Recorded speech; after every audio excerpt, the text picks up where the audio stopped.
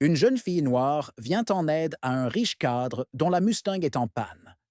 Lorsqu'il aperçoit la bague à sa main, tout dans son existence bascule. La chaleur accablante du soleil de fin d'après-midi faisait fumer le goudron de la route rurale, tandis que Maya Johnson rentrait de ses études. La jeune fille de 10 ans ralentit son pas en apercevant la Mustang Shelby GT500, rouge vif, garée au bord de la route, le capot moteur soulevé comme une gueule ouverte.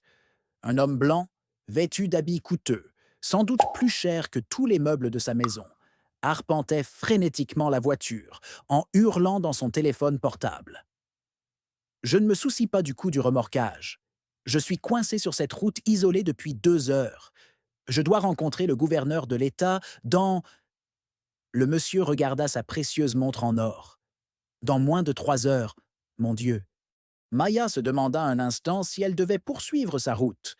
Sa tante Renée l'avait constamment mise en garde contre les conversations avec des inconnus, surtout ceux qui semblaient si manifestement déplacés dans la modeste campagne où ils vivaient, une communauté majoritairement afro-américaine, située à 2 heures de route de Boston. Pourtant, quelque chose dans le désespoir frénétique de ce monsieur la fit s'arrêter. Maya se débarrassa de son sac à dos contenant ses livres scolaires et, surtout, la petite trousse à outils que son oncle Léon lui avait donnée. Léon était mécanicien automobile et insistait pour que chacun comprenne les principes de base de la mécanique. « Excusez-moi, monsieur », cria Maya en s'approchant avec méfiance. « Auriez-vous besoin d'aide avec votre véhicule ?» Andrew Whittaker, président-directeur général de Whittaker Enterprises et propriétaire d'environ la moitié des locaux commerciaux de Boston, se retourna, stupéfait. L'irritation sur son visage se transforma rapidement en un mépris condescendant à la vue de la petite silhouette avec ses tresses colorées, son short en jean délavé et son t-shirt du MIT, visiblement trop grand pour sa petite silhouette. « C'est très gentil à toi, ma chérie, mais c'est une voiture de sport sophistiquée. J'ai besoin d'un technicien automobile professionnel. » Maya haussa les épaules et s'approcha pour regarder sous le capot. « Mon oncle tient un garage et m'apprend les voitures depuis que je suis toute petite. Je peux au moins y jeter un coup d'œil. » Avant qu'Andrew puisse formuler la moindre objection, elle avait déjà posé son cartable et observait le moteur avec une assurance inattendue. « À quel moment la panne a-t-elle commencé ?» demanda-t-elle, avec un professionnalisme absolu. Andrew laissa échapper un long soupir, comprenant qu'il n'avait rien à perdre. Le moteur a commencé à surchauffer il y a une quarantaine de minutes, puis il s'est complètement arrêté. « Tu as senti une odeur sucrée, comme du sirop de crêpes ?» Les yeux d'Andrew s'écarquillèrent de surprise. « En fait, oui, maintenant que tu le dis. Comment as-tu pu le savoir ?»« C'est le système de refroidissement, » dit Maya en désignant une petite flaque sous le véhicule qu'Andrew n'avait pas remarquée. « Il y a une fuite de liquide de refroidissement. C'est ce qui a provoqué la surchauffe. » Tandis qu'elle expliquait, Andrew observait l'enfant avec un intérêt croissant. Quelque chose lui semblait étrangement familier dans son apparence. La façon dont elle fronçait légèrement les sourcils en se concentrant. La façon dont son regard perçant scrutait systématiquement les composants du moteur. « Comment t'appelle-t-on » demanda-t-il soudain. « Maya. Maya Johnson », lui tendit-elle la main, tachée d'huile par son examen. Il la prit à contre-cœur. « Andrew Whittaker. Enchanté, monsieur Whittaker. Je pense pouvoir réparer temporairement un problème. » Maya ouvrit son cartable et en sortit une petite trousse à outils en métal. « Oncle Léon m'oblige à avoir une trousse de réparation d'urgence. On ne peut pas prédire quand quelqu'un aura besoin d'une assistance routière. » Andrew observait avec fascination l'enfant travailler avec une habileté impressionnante, localisant la durite de radiateurs endommagés et appliquant du ruban adhésif spécial.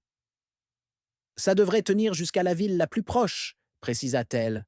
« Mais il faudra ajouter de l'eau pour compenser la fuite. » C'est au moment où Maya leva la main pour écarter ses cheveux de ses yeux qu'Andrew la vit.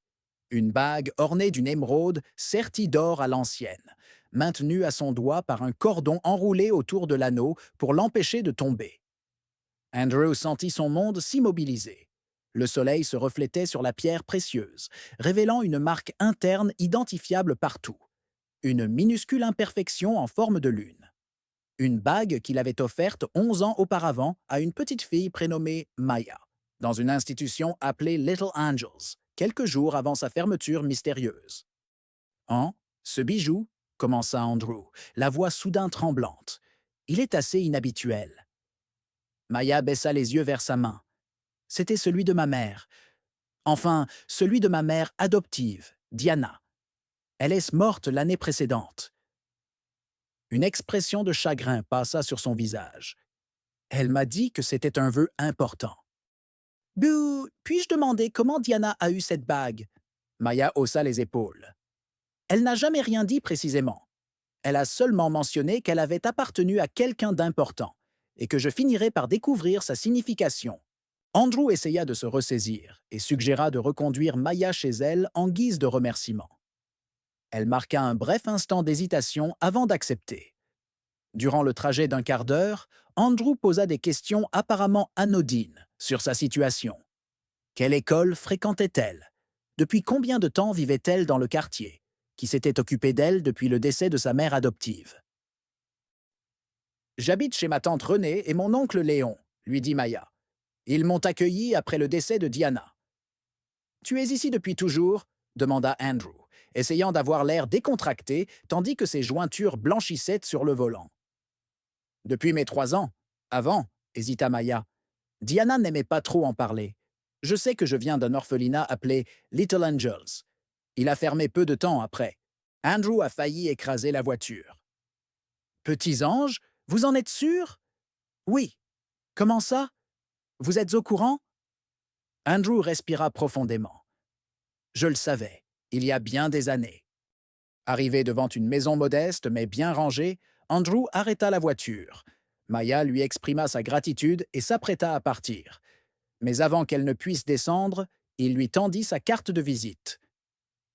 Maya, si tu as besoin de quoi que ce soit, n'hésite pas à me contacter. La jeune fille prit la carte avec curiosité et sortit du véhicule. Andrew l'observa se précipiter vers la maison, la bague reflétant la lumière. Ses mains tremblaient lorsqu'il attrapa son téléphone pour contacter son détective privé. Ce que Maya ignorait, alors qu'elle saluait une dernière fois l'inconnu dans sa voiture de luxe, c'est que cette rencontre fortuite allait déclencher une série d'événements qui allaient révéler des secrets enfouis depuis plus d'une décennie. Des secrets reliant une entreprise multimilliardaire, un orphelinat mystérieusement fermé et un enfant noir doté d'un talent incroyable pour réparer les objets endommagés. Si ce récit de coïncidences inattendues et de connexions cachées a éveillé votre curiosité, assurez-vous de vous abonner pour découvrir comment un simple bijou pourrait déverrouiller un réseau d'influence, de préjugés et de révélations qui changeraient des vies de façon permanente. Andrew passa 3 nuits sans dormir, les yeux rivés sur les agrandissements de la bague en émeraude que son détective avait capturée. La pierre précieuse qu'il avait offerte à la jeune Maya, au centre de Little Angels en gage de son retour. Une promesse qu'il n'a pas tenue. Dans son bureau de Whittaker Enterprises, il examinait des documents étalés sur son plan de travail. 11 ans plus tôt, son père, Howard Whittaker, avait acquis le terrain de Little Angels pour un prix bien inférieur à la valeur marchande, prétextant des difficultés financières. Par chance, Andrew fut nommé PDG peu après. Monsieur Whittaker, Monsieur Evans du service juridique, est arrivé avec les dossiers du Project Horizon, l'informa sa secrétaire. Le Project Horizon, un projet immobilier haut de gamme en construction à l'emplacement précis de l'ancien orphelinat. Andrew cacha précipitamment les rapports avant l'arrivée d'Evans. « Les documents d'achat de Little Angel sont prêts, dit Evans. Cependant, je ne comprends pas pourquoi nous nous occupons à nouveau d'anciennes affaires. Votre père a été très clair sur la nécessité de conserver ces dossiers archivés. Mon père a pris sa retraite en Floride, répondit Andrew sèchement. Et c'est moi qui dirige cette entreprise maintenant. En examinant les documents, Andrew a découvert des transferts d'argent douteux et, plus inquiétant encore, une liste d'enfants déplacés lors de la fermeture de l'orphelinat. Le nom de Maya Johnson était surligné en rouge avec la mention « Dossier prioritaire, prévenir ». HW. Son détective, Ramirez, l'appela pour lui donner des nouvelles. J'ai retrouvé Diana Johnson. Accident de voiture mortel l'année dernière. Frein défectueux. Ça a l'air suspect. Et les papiers d'adoption? Disparus. D'après les registres officiels, Maya Johnson n'a jamais été à Little Angels. Renseignez-vous sur ses tuteurs actuels, ordonna Andrew. Pendant ce temps, Maya s'activait dans le petit atelier situé derrière la maison de ses proches. Cet espace lui servait de refuge. Le matériel était disposé le long des murs. L'odeur familière de l'huile moteur et des lubrifiants y était omniprésente. « As-tu réussi à faire fonctionner la radio vintage ?» demanda Léon en entrant dans l'atelier. Maya sourit en brandissant la radio des années 1950. « Je l'ai fait fonctionner. Il me restait juste à réparer quelques connexions. » Léon décoiffa affectueusement les tresses de sa nièce. « Tu as un don particulier, mon garçon. Je n'ai jamais vu personne comprendre les machines comme toi. »« Tonton, ma mère aurait-elle été fière? » ?»« Diana était folle de fierté pour toi. » Maya fit tourner la bague autour de son doigt. « J'ai aidé un homme riche récemment. Sa voiture avait des problèmes et je l'ai réparée. Il semblait connaître ma bague. » Léon se figea. « Quel homme? » ?»« Andrew Whittaker. Il m'a laissé sa carte de visite. » Maya lui montra la carte. Il a eu un comportement bizarre en remarquant ma bague. Le teint de Léon devint blanc. Il regarda René, qui était arrivé à l'entrée. « Maya, ma chérie, » dit René avec tension. « Te souviens-tu de notre promesse de te raconter la véritable histoire de Diana quand tu serais plus grande? Je crois que ce moment est arrivé. » Ce soir-là, Maya apprit la vérité cachée. Comment Diana, infirmière à l'orphelinat, s'était enfuie avec elle lors de la fermeture soudaine de l'institution. Comment elles avaient pris de nouvelles identités et vécu dans le secret pendant des années, constamment à l'affût du danger. « Ta mère a gardé ça pour toi, » dit René en lui tendant une enveloppe usée. « Elle nous a forcés à promettre de ne te le donner que si quelqu'un de la famille Whittaker se présentait. » Les doigts tremblants, Maya commença à lire. « Ma chère Maya, si tu lis ceci, c'est que quelqu'un t'a retrouvé. Il y a des faits que tu dois apprendre. » À la résidence d'Andrew, Ramirez appela de nouveau. « Monsieur, il y a une autre personne qui enquête sur Little Angels, un journaliste du nom de Marcus Hayes. » Qu'a-t-il découvert? Plein de choses. Et il a une théorie sur les raisons pour lesquelles votre père ciblait des enfants spécifiques à l'orphelinat, notamment ceux ayant des capacités spéciales. Le lendemain matin, un SUV sombre se gara devant l'école de Maya. Deux hommes en costume la regardèrent d'eau partir avec ses camarades. « C'est elle? L'enfant aux bijoux en émeraude? » « Exact. Monsieur Whittaker Senior requiert sa présence immédiatement. » Ils ignoraient que Léon était assis dans sa voiture, de l'autre côté de la route. Il sortit son téléphone portable et appela un numéro que Diana avait prévu pour les situations d'urgence. « Marcus Hayes? Cela concerne Little Angels, » dit Léon. « Et un enfant portant une bague en émeraude. J'ai la preuve qu'il vous faut. » Chez Whittaker Enterprises, Andrew fit face à son père, Howard, arrivé de Floride à l'improviste. « À quoi bon examiner les dossiers des petits anges? » demanda Howard. « Je pensais que l'affaire était réglée. J'ai retrouvé Maya Johnson, papa, l'enfant à la bague en émeraude. » Howard se figea. « Et alors? Encore un enfant orphelin. L'important, c'est le projet Horizon. Des milliards sont en jeu. » « Qu'est-ce qui rendait cet enfant si spécial? » ricana Howard d'un ton glacial. « Tu ne comprends pas vraiment ce que ça implique. Certains enfants ont de la valeur. Ils possèdent des capacités qu'on peut exploiter. »« Elle répare les machines, » dit Andrew d'un ton posé. « Elle peut regarder un équipement cassé et le comprendre instantanément. » L'expression d'Howard était glaciale. Pensez aux applications militaires, à la propriété intellectuelle, au contrôle. Pourquoi pensez-vous que nous avons acquis cet orphelinat? Ni Whittaker ni Maya ne savaient que Maya lisait déjà la lettre de Diana, découvrant son histoire et ses dons uniques, et surtout comprenant l'importance de la bague en émeraude.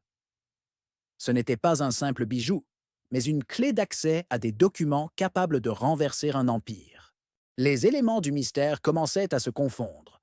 D'un côté, une puissante corporation prête à protéger ses secrets à tout prix. De l'autre, un enfant de 10 ans, aux capacités remarquables et à la bague plus précieuse que les émeraudes qu'elle contenait. Entre eux se tenait un homme qui décidait quelle version des faits il soutiendrait. La salle de réunion, au 50e étage de Whittaker Enterprises, grouillait de dirigeants anxieux. Howard Whittaker avait convoqué une réunion urgente, son calme habituel étant désormais teinté de fureur. « Où est passé mon fils ?» cria-t-il en claquant l'énorme table de conférence en verre. « Andrew était censé être là depuis 1 heure. » Comme si ces paroles l'avaient interpellé, les portes à 2 battants s'ouvrirent en grand. Andrew entra paisiblement, suivi d'une femme en tenue professionnelle que personne ne reconnaissait. « Excusez-moi pour mon retard, papa, » dit Andrew avec un calme qui fit froncer les sourcils à Howard. « Je suis la procureure fédérale Claire Bennett. Elle souhaite discuter du projet Prometheus. » Le visage d'Howard perdit toute couleur. Projet Prométhée. Le nom secret du programme secret visant à localiser et à abuser des enfants dotés de capacités extraordinaires. Un nom qui ne devrait jamais être prononcé publiquement, surtout pas devant les enquêteurs fédéraux. « Mais qu'est-ce que tu crois accomplir ?» gronda Howard. Andrew s'approcha du grand écran et brancha son ordinateur. « Quelque chose que j'aurais dû faire il y a des années. La réalité concernant Little Angels et les 5 autres établissements que vous avez fermés ces 15 dernières années. » La pièce s'assombrit et l'écran s'illumina de dossiers, de photos et de documents. Les dossiers complets de 48 enfants exceptionnels, localisés, évalués et maltraités par Whittaker Enterprises. « Vous avez volé des dossiers d'entreprises privées, » tenta Howard de reprendre le contrôle. « Cela constitue du vol d'entreprise, de l'espionnage économique. » « Des dossiers qui prouvent des violations bien plus graves, » répondit Andrew. « Tests illégaux sur des enfants, faux documents d'adoption, corruption de fonctionnaires, menaces envers des témoins. » Un enregistrement s'est déroulé sur l'écran, une vidéo de sécurité datant de 11 ans. Andrew a alors reconnu Diana Johnson, une jeune soignante en train de s'échapper pendant la nuit avec un enfant. On a ensuite vu Howard ordonner aux agents de sécurité « Trouvez-la. Cet enfant a une valeur défensive importante. Nous ne devons pas la perdre. » 3 membres du personnel de Little Angels ont péri dans des incidents au cours des semaines suivantes, poursuivit Andrew sans s'arrêter, dont le frère de Diana, qui avait commencé à se poser des questions. « Vous ne comprenez pas les conséquences, » commença Howard, mais il s'interrompit lorsque les portes se rouvrirent. Maya Johnson entra, accompagnée de son oncle Leo et d'un homme avec un équipement professionnel, Marcus Hayes, du Boston Globe. « Maya, » dit Andrew doucement, « tu n'étais pas obligé de venir. »« Si, j'étais obligé, » répondit-elle avec un calme remarquable pour son âge. « Diana m'a toujours dit qu'un jour, je devrais affronter les hommes qui nous ont forcés à nous cacher. » Howard fixa l'enfant, son expression passant de la surprise à une froideur calculatrice. « Alors, tu es le remarquable sujet 17. Je ne m'attendais pas à ce que tu sois si petit. »« Et tu es la personne qui a assassiné ma mère, » répondit Maya, le regard fixe. « Ces freins de voiture n'ont pas cassé accidentellement, si ?» Howard sourit, retrouvant sa confiance. « Prouver cela serait impossible, et tu oublies ma position. Un appel et tout s'en va. » C'est alors que Maya ouvrit son cartable et en sortit la bague en émeraude. Avec des mouvements expérimentés, elle fit pivoter la pierre, exposant une partie cachée. De l'intérieur, elle en sortit un appareil électronique miniature. « Diana était plus intelligente que tu ne le pensais, » déclara-t-elle. « Il s'agit d'une unité de stockage de données qu'elle a cachée dans l'anneau. Elle contient des copies de tous les dossiers des petits anges, y compris l'enregistrement audio de tes discussions avec les médecins de la défense concernant l'utilisation d'enfants dotés de capacités mentales avancées à des fins militaires. » Pour la première fois, Howard Whittaker resta sans voix. « C'est diffusé en direct, » déclara Marcus Hayes en montrant sa caméra. à notre rédaction et directement sur les plateformes Internet. Plus de 10 000 téléspectateurs nous regardent en ce moment. Andrew s'approcha de son père et lui parla doucement. C'est fini. Le procureur m'a proposé un marché. Une coopération totale contre une protection juridique. Pour toi, eh bien, c'est un jury qui prendra la décision. Alors que les agents du gouvernement arrivaient pour arrêter Howard Whittaker, Maya s'approcha de l'homme qui avait ruiné tant d'existences. Ma mère m'a montré que les machines endommagées peuvent être réparées, dit-elle paisiblement. Mais les personnes endommagées doivent se réparer elles-mêmes. J'espère que la prison vous en donnera l'occasion. Howard fut emmené, son empire commercial s'effondrant en direct, filmé et vu de tous. Dans les jours qui suivirent, les actions de Whittaker Enterprises s'effondrèrent. Les enquêtes officielles révélèrent des décennies de conduite immorale, de tests illégaux et de corruption généralisée. Andrew observa tout avec un sentiment mêlé de soulagement et de tristesse. Il avait sacrifié sa famille et sa fortune, mais avait découvert quelque chose de plus précieux, sa boussole morale. À l'extérieur du palais de justice, tandis qu'Howard attendait sa première comparution, Maya trouva Andrew sur le perron. « Et ensuite ?» se demanda-t-elle, la bague en émeraude scintillant à son doigt, symbolisant non plus des secrets cachés, mais la vérité révélée. Andrew contempla le paysage urbain, les grands immeubles construits avec de l'argent souillé par les abus et la souffrance.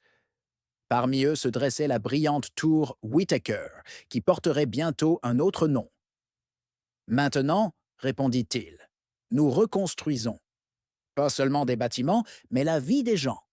Aucun d'entre eux n'aurait pu prévoir à quel point cette reconstruction allait changer non seulement leur vie, mais celle de tout un quartier. Un empire commercial fondé sur la maltraitance s'effondrait, mais de ses ruines, quelque chose de nouveau et de surprenant était sur le point d'émerger. Quelque chose qui allait transformer durablement le regard de la société sur les talents exceptionnels, là où ils étaient inattendus. 5 ans se sont écoulés depuis que Maya Johnson a révélé la vérité sur l'empire Whittaker. Par une belle journée de printemps, elle arpentait les couloirs du tout nouveau centre Johnson pour jeunes inventeurs, un vaste complexe regroupant des laboratoires de recherche, des espaces créatifs et des espaces d'apprentissage, construits à l'emplacement de l'ancien orphelinat des Petits Anges. Les équipements de détection de la section Est continuent de dysfonctionner, informa Maya, aujourd'hui âgée de 15 ans, à l'équipe de spécialistes techniques qui l'accompagnait. Son œil exercé détectait les problèmes dans les systèmes complexes aussi facilement qu'elle avait trouvé une fuite de radiateur des années plus tôt.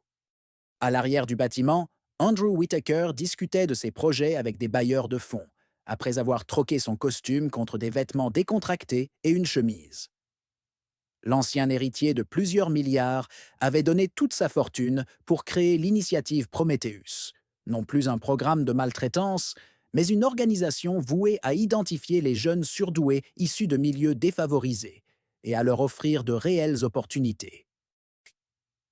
Nous avons identifié 23 enfants aux capacités remarquables au cours de ces 3 mois, leur a expliqué Andrew. Chacun bénéficie d'un financement scolaire complet et d'un accompagnement personnalisé. Aucun engagement contraignant, aucun abus, aucune intention cachée. Le changement d'Andrew a surpris beaucoup de monde, notamment les anciens dirigeants de Whittaker Enterprises. Celui qui était autrefois destiné à hériter d'un empire d'abus consacrait désormais son temps à réparer les torts causés et à créer de véritables opportunités pour les autres. Maya se prépare à déposer son 3e brevet d'invention, a indiqué Léon, désormais directeur du département d'enseignement technique de l'établissement. Harvard, le MIT et Stanford sont tous en compétition pour la recruter dans leur programme. Le long du mur central de l'établissement, un affichage racontait l'histoire complète. Des photos de l'ancien orphelinat, des articles de presse sur l'effondrement de Whittaker Enterprises et un titre de journal qui a tout transformé. L'empire commercial Whittaker s'effondre suite aux révélations de la jeunesse. Au même moment, dans un établissement pénitentiaire fédéral à sécurité modérée, Howard Whittaker fixait les murs de sa cellule. Ce chef d'entreprise, qui gérait autrefois des milliards et contrôlait des vies, vivait désormais en prison, abandonné par ses anciens associés, sa fortune confisquée et sa réputation définitivement détruite. Il refuse de participer à aucun programme de redressement, a noté un gardien de prison. Il croit toujours qu'il sera libéré et qu'il reconstruira son empire. La fierté qui le caractérisait n'était plus qu'une ombre pitoyable, un vieil homme s'accrochant à des fantasmes de pouvoir qui ne deviendraient jamais réalité. Ce soir-là, le Johnson Center organisait sa première cérémonie de remise de diplôme importante. 12 jeunes adultes issus de quartiers défavorisés avaient terminé ce cursus exigeant de 2 ans, bénéficiant chacun d'opportunités d'emploi ou de bourses universitaires. Maya, encore trop jeune pour obtenir son diplôme, mais déjà perçue comme une référence par les étudiants plus âgés, s'est avancée pour s'adresser au public. À 10 ans, j'ai aidé à réparer la voiture en panne d'un inconnu au bord de l'autoroute, commença-t-elle en tournant la bague en émeraude à son doigt, symbolisant désormais non plus des secrets cachés, mais un changement positif. Ce simple geste d'aider quelqu'un a révélé un réseau de maltraitance, mais a aussi ouvert la voie à quelque chose de meilleur et de nouveau. Andrew observait depuis le dos de l'auditorium, les larmes aux yeux. L'enfant qui avait bouleversé son monde d'avant, lui, avait en réalité donné un sens qu'aucune somme d'argent ne pouvait égaler. Ma mère adoptive, Diana, disait souvent que les machines endommagées pouvaient être réparées, mais que les systèmes endommagés nécessitaient une refonte complète, a poursuivi Maya. C'est notre mission ici. Non seulement réparer les erreurs du passé, mais créer quelque chose de complètement différent. Le lendemain, Maya reçut un courrier inattendu. L'auteur du courrier était Victoria Whittaker, la fille de Howard, qui avait renoncé à son nom de famille après la controverse et était désormais procureure fédérale. Nous avons découvert 5 autres orphelinats proposant des programmes similaires à Little Angels, indiquait la lettre. Grâce à votre témoignage au tribunal et aux preuves que vous avez fournies, nous avons réussi à localiser et à protéger 37 enfants supplémentaires. Certains possèdent des aptitudes similaires aux vôtres. Lorsque vous vous sentirez prêt, ils seront ravis de vous rencontrer. Alors que Maya partageait la lettre avec Andrew, oncle Léon est entraîné, un sentiment d'accomplissement envahit la pièce. Ce qui avait commencé par une rencontre fortuite au bord de la route s'était transformé en une révolution pacifique, transformant non seulement leur vie, mais tout un système qui avait prospéré en exploitant les personnes vulnérables. Vous savez ce qui est étrange? Observa Andrew. Howard a toujours prétendu laisser un héritage durable, et c'est effectivement le cas, mais pas comme il l'avait prévu. Maya regardait par la fenêtre les enfants jouer dans les espaces extérieurs du centre, protégés du genre de contrôle qui avait presque façonné son propre avenir. Le véritable pouvoir ne vient jamais des bâtiments ni de l'argent, répondit-elle. Il vient de la capacité d'améliorer la vie des autres. Ce soir-là, alors que le soleil se couchait sur le Johnson Center, un nouveau panneau fut dévoilé à l'entrée principale. Chaque talent mérite de pouvoir s'épanouir. Chaque enfant mérite l'indépendance. Ce panneau symbolisait un engagement pour l'avenir, bâti sur les vestiges d'un passé qu'il refusait de reproduire. Si cette histoire d'équité, de force et de changement positif vous a ému, abonnez-vous à notre chaîne pour découvrir d'autres histoires sur la façon dont de petits actes de bravoure peuvent transformer des systèmes entiers et comment une véritable guérison implique non seulement de punir les actes répréhensibles, mais de créer quelque chose de supérieur à leur place.